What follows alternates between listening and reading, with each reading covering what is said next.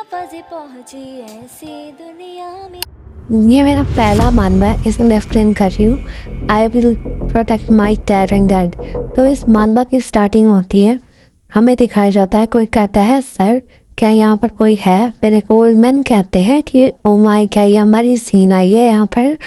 और फिर हमें सीन को दिखाया जाता है जो एक कॉन्ट्रैक्ट लेके आई होती है, इसमें लिखा है कि तो आप मेरे डैड से कुछ पैसे नहीं लोगे, क्या तुम यहाँ पर फिर से अपने फादर की काम की वजह से आई हो, तुम्हारे फादर बहुत लकी है कि तुम जैसी बेटी है उनकी। देन वो ओल्ड मैन कहते हैं कि बट सी मुझे डर है कि मैं इस कॉन्ट्रैक्ट पर साइन नहीं कर सकूँगा क्योंकि तुम्हारे डैड ऑलरेडी रेडी हो चुके हैं कि वो डोनेशन फंड देंगे। देन वो ओल्ड मैन कहते हैं कि इस साल हमारा पहली बार है कि हम एक कॉन्ट्रैक्ट कैंसिल कर रहे हैं, अगली बार हम अच्छे से देखेंगे, क्या आप एक बार इसे एक बार के लिए जाने नहीं दे सकते। और सीन तो इतनी क्यूट बनती है कि देखो अंकल का तो दिल ही निकल आएगा बाहर। फिर अंकल कहते हैं अच्छा तो बस ये एक बार कीजिए, ठीक। सीन चेंज होता है, हमें सीन दिखाई जाती है जो खाना खाते हुए जाती है। मुझे पता था कि शरीर के साथ प्यारा बनकर काम करना बहुत ज़्यादा आसान है और सब पर काम करेगा। Mission complete. फिर सीन कहती है मुझे विश्वास नहीं हो रहा कि उन्होंने डोनेशन दे दी। फिर हमें दिखाया जाता है कि जहाँ पे सीन के रैक किसी को 1000 रुपीज़ दे रहे थे। फिर हमारी फीमेल लीड कहती है अपनी मेहनत की कमाई अनजान व्यक्तियों को दे देने की जगह उन्हें बचाकर नौकर और कुछ घर हाउस लैंड वगैरह खरीदनी चाहिए पर ताकि वो थोड़ा रेस्ट कर सके। लेकिन ये बात कि वो इतने अच्छे हैं इसलिए तो मैं उन्हें इतना ज़्यादा प्यार करती हूँ। फिर सीन चेंज होता है, कोई हमारी सीन को हेलो करता है, हमारी सीन उसे हेलो करती है। तुमने कितनी प्यारी ड्रेस पहनी है, क्या ये तुमने खरीदी है। फिर हमारी सीन रिप्लाई देते हुए कहती है कि नहीं ये ड्रेस तो मेरे पापा ने बनाई है मेरे लिए। सीन हमें अपने बारे में बताती है कि मेरा नाम सीन है और मेरी आँखें ग्रीन कलर की है बिल्कुल किसी फॉरेस्ट की तरह, और मेरे पिंक हेयर है किसी कॉटन कैंडी की तरह। अब ये सुनने में थोड़ा सीखी लगे लेकिन ये सच है। यह लाइफ ऑफ मेलोडिया की दुनिया है, वो नोवेल जो मैंने आधी पढ़ी थी। यह किताब एक फैंटेसी नोवेल है जो सेंटेंस मेलोडिया की जर्नी के बारे में बताती है। लेकिन जिस कैरेक्टर में मैं रिकारनेट हुई हूँ वो ना सेंटेंस मेलोडिया की बॉडी में रिकारनेट हुई लेकिन ना ही प्रिंसेस की बॉडी में।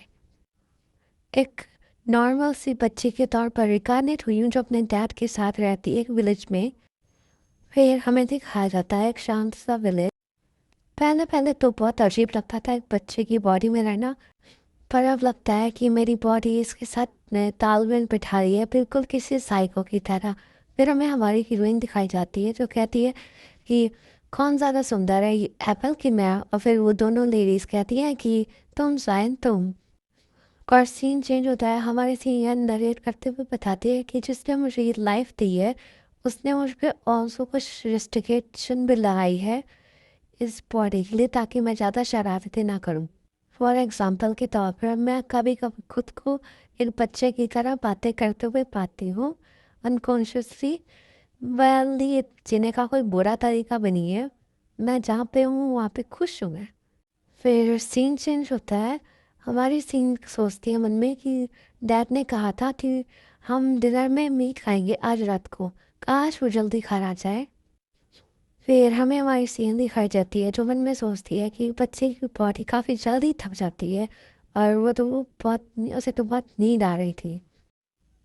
फिर सीन चेंज होता है, कोई कहता है बच्चे, और हमारी सीन तो बहुत कंफ्यूज लग रही थी।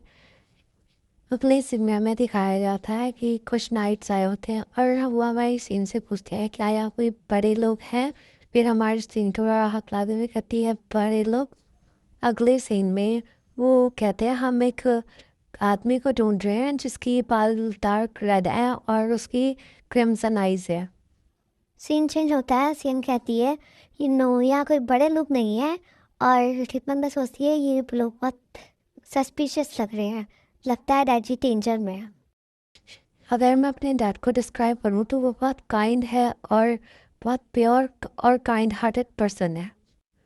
वो इतने ज़्यादा पुश ओवर हैं कि वो दूसरों की गलतियों को अपने ऊपर ले लेते हैं।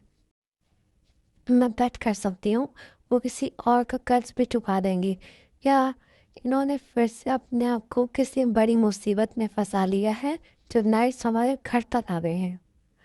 और हमारी सेन की नज़र से दिखाया जाता है कि वो नाइट्स बहुत क्रीपी तरीके से हंस रहे थे। मुझे इन्हें वापस आने के लिए मनाना होगा।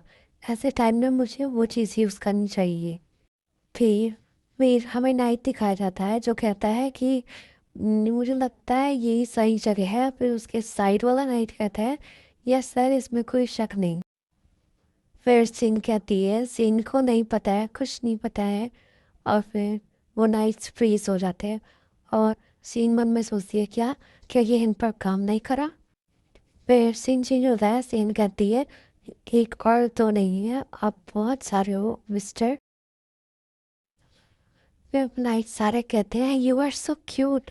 और फिर सीन कहती है रियली, थैंक यू।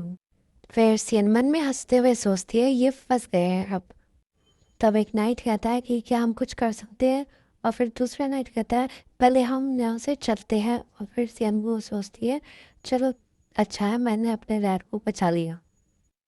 फिर सीन अपने मन में सोचती है मुझे शायद इनसे पूछना चाहिए कि यहाँ पर क्या हो रहा है, और फिर मुझे अपने डैड को बचाने का प्लान बनाना चाहिए। फिर सीन मन में कहती है कि अगर मेरे डैड सच में किसी बड़ी मुसीबत में फंस गए हैं, मैं फिर भी उन्हें किसी को ले जाने नहीं दे सकती। अगले सीन में सीन को पीछे से कोई आवाज़ आती है, वो टर्न होती है। फिर सीन मन में सोचती है डैड नो प्लीज़ इधर मत आइए। फिर सीन अब साइन बना के कहती है डैड प्लीज़ मत आओ, प्लीज़ मत आओ। क्या वो मेरा साइन देख नहीं पा रहे हैं? नाइट्स बस अभी जाने ही वाले थे। फिर हमें सीएन के टैप दिखाए जाते हैं जिनकी रेड आइज थी और ब्लैक हेयर थे जो बहुत ज़्यादा हैंडसम थे। तो इसी के साथ हमारा ये चैप्टर यहीं पे ख़त्म।